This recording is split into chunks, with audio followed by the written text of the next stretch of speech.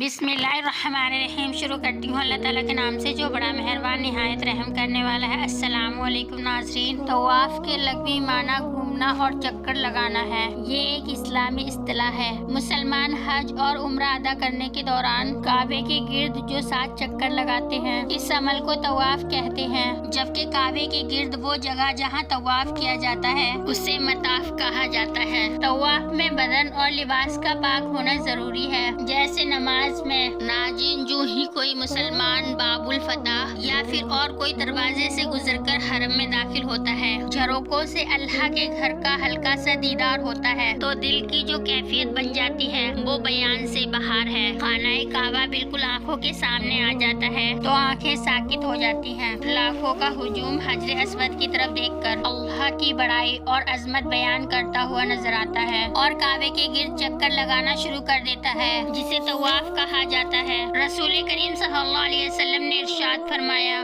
جو شخص 2 حرموں یعنی حرم مکی یا حرم مدنی میں سے کسی ایک میں مرے گا تو قیامت کے دن امن والوں میں سے اٹھایا جائے گا۔ 2 حرمین یعنی حرم مکی اور حرم مدنی میں انتقال کرنے والوں کے بارے میں نبی پاک صلی اللہ علیہ وسلم کے کئی ارشادات صحیح بخاری اور صحیح مسلم میں موجود ہیں۔ حضرت عبداللہ بن عباس رضی اللہ تعالیٰ عنہ بیان کرتے ہیں کہ ایک شخص میدان عرفات میں رسول اللہ صلی اللہ علیہ وسلم کے قریب ہی کہیں کھڑا تھا کہ اپنی اونٹنی سے گر پڑا اور اس کی گردن ٹوٹ گئی اور وہ مر گیا۔ رسول اللہ صلی اللہ علیہ وسلم نے فرمایا، اس کو پانی اور بیری کے پتوں کے ساتھ غسل دو، اس کو اسی کے دونوں کپڑوں میں کفن دو، نہ خوشبو لگاؤ اور نہ سر ڈھکو، اس لیے کہ اللہ اسے قیامت میں اس حال میں اٹھائے گا کہ یہ لبیک پکارتا ہوا اٹھے گا۔ یعنی جو کوئی بھی حج یا عمرہ یا طواف کی نیت سے حجاج مقدس گیا اور وہاں اس حال میں فوت ہو گیا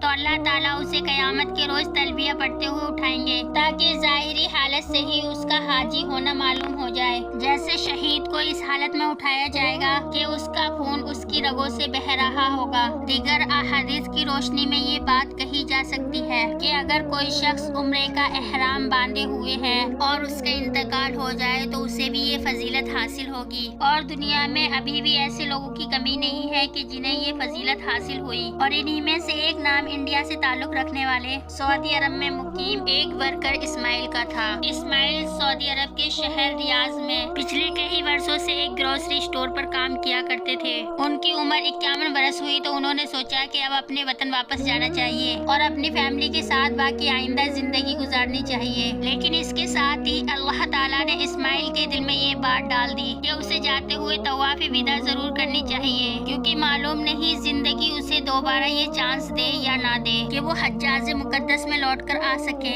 یوں اسماعیل نے ریاض کو چھوڑنے سے پہلے مکہ مکرمہ کا سفر اختیار کیا تاکہ وہ جانے سے پہلے ایک بار عمرہ کرے اور طواف وداع بھی ادا کر سکے۔ 51 سالہ اسماعیل مکہ مکرمہ پہنچے، اپنا عمرہ ادا کیا، طواف کیا اور پھر خدا کا کرنا ایسا ہوا کہ وہ اسی رات بیمار ہو گئے۔ انہیں ہاسپٹل لے جایا گیا۔ وہ چند روز تک سخت بیمار رہے، زندگی اور موت کی کشمکش میں مبتلا رہے۔ آخر کار مکہ مکرمہ کی سرزمین پر انہوں نے اپنی زندگی کی بازی ہار دی۔ لیکن آپ اس انڈین شہری اسماعیل کی خوش قسمتی ملاحظہ کیجیے کہ وہ تو سعودی عرب کو چھوڑنے کی غرض سے آخری بار عمرہ کرنے یہاں آیا تھا، واپس ہندوستان جانا چاہتا تھا، وہیں پر وہ باقی آئندہ زندگی گزارنا چاہتا تھا، مگر اللہ تعالیٰ نے اس کے نصیب میں یہ خوش بختی لکھی کہ اس نے اپنی آخری سانسیں مکہ مکرمہ میں لی اور وہیں پر جنت المعلیٰ میں اس کی تدفین کر دی گئی۔ شاید قدرت کو یہی منظور تھا کہ جب اسماعیل قیامت کے روز اٹھایا جائے تو وہ مکہ مکرمہ کی سرزمین سے اٹھایا جائے، اور بلا شبہ یہ بڑی خوش نصیبی کی بات ہے۔ یہ شہادت انہی کو ملتی ہے جن کو اللہ تعالیٰ اپنے لیے منتخب کر لیتا ہے۔ حضرت ابو ہریرہ رضی اللہ تعالیٰ عنہ سے روایت ہے کہ رسول اللہ صلی اللہ علیہ وسلم نے فرمایا، جو شخص حج کو جائے اور راستے میں انتقال کر جائے اس کے لیے قیامت تک حج کا ثواب لکھا جاتا رہے گا، اور جو شخص عمرے کے لیے جائے اور انتقال کر جائے تو اسے قیامت تک عمرے کا ثواب ملتا رہے گا۔ چند سال پہلے پاکستانی شہری بٹگرام سے تعلق رکھنے والے بابو لالا بھی ایسے ہی خوش قسمت شخص تھے۔ عمرہ ادا کرتے ہوئے دوران طواف اللہ تعالیٰ کا بلاوا آ گیا۔ وہ عمرہ ادا کرنے کی غرض سے پاکستان سے وہ مکہ مکرمہ پہنچے، وہاں 3 دن قیام کیا، عمرہ ادا کیا۔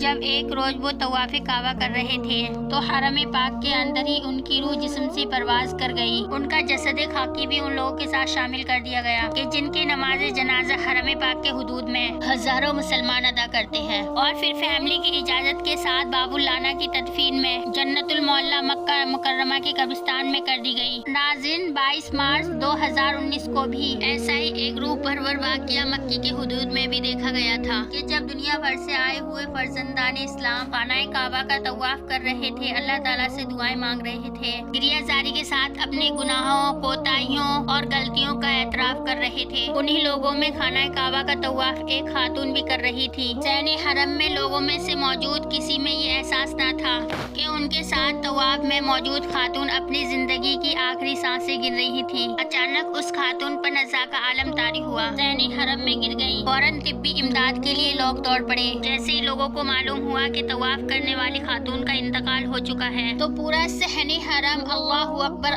اکبر کی صداؤں سے گونج اٹھا۔ ہر کوئی اس کے خوبصورت خاتمے پر رشک کرنے لگا۔ مسجد الحرام فورس کے اہلکار فوراً مطاب میں پہنچے اور طبی معائنے کے ساتھ کنفرم ہوا کہ خاتون کی موت ہو چکی ہے، تو اس کی باڈی کو کنگ فیصل کے ہاسپٹل میں سرد خانے میں محفوظ کر دیا گیا، اور بعد میں حرم مکی اجتماعی جنازہ میں اس کی میت کو شامل کر کے اس کی تدفین مکہ مکرمہ کے قبرستان میں ہی کر دی گئی۔ ناظرین، یہ جتنے بھی لوگوں کی داستان حیات ہم نے آپ کے سامنے شیئر کی ہے، یہ وہ لوگ ہیں جو قیامت کے دن امن و سکون میں ہوں گے اور وہ جنت الفردوس میں مقام حاصل کریں گے۔ جیسا کہ ہم نے آپ کے ساتھ حدیث شیئر کی تھی کہ رسول کریم صلی اللہ علیہ وسلم نے ارشاد فرمایا کہ جو شخص بھی 2 حرموں یعنی مکہ مکرمہ اور مدینہ منورہ میں سے کسی ایک میں انتقال کرے گا تو قیامت کے دن امن والوں میں اٹھایا جائے گا، اور جو ثواب کی نیت سے مدینہ منورہ میں میری زیارت کرنے کے لیے آئے گا تو قیامت کے دن میرے پڑوس میں ہوگا۔